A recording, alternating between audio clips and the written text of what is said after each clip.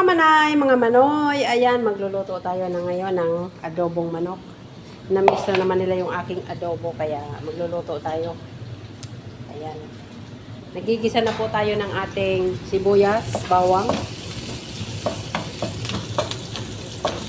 Tayo po natin mag-brown.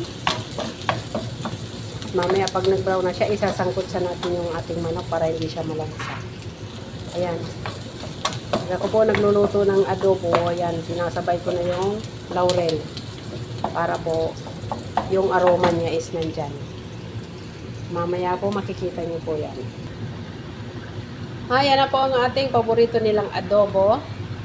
Nagisa na po natin. Sinangkot sa po muna natin yan sa butter. Para po malinamnam ang lasa.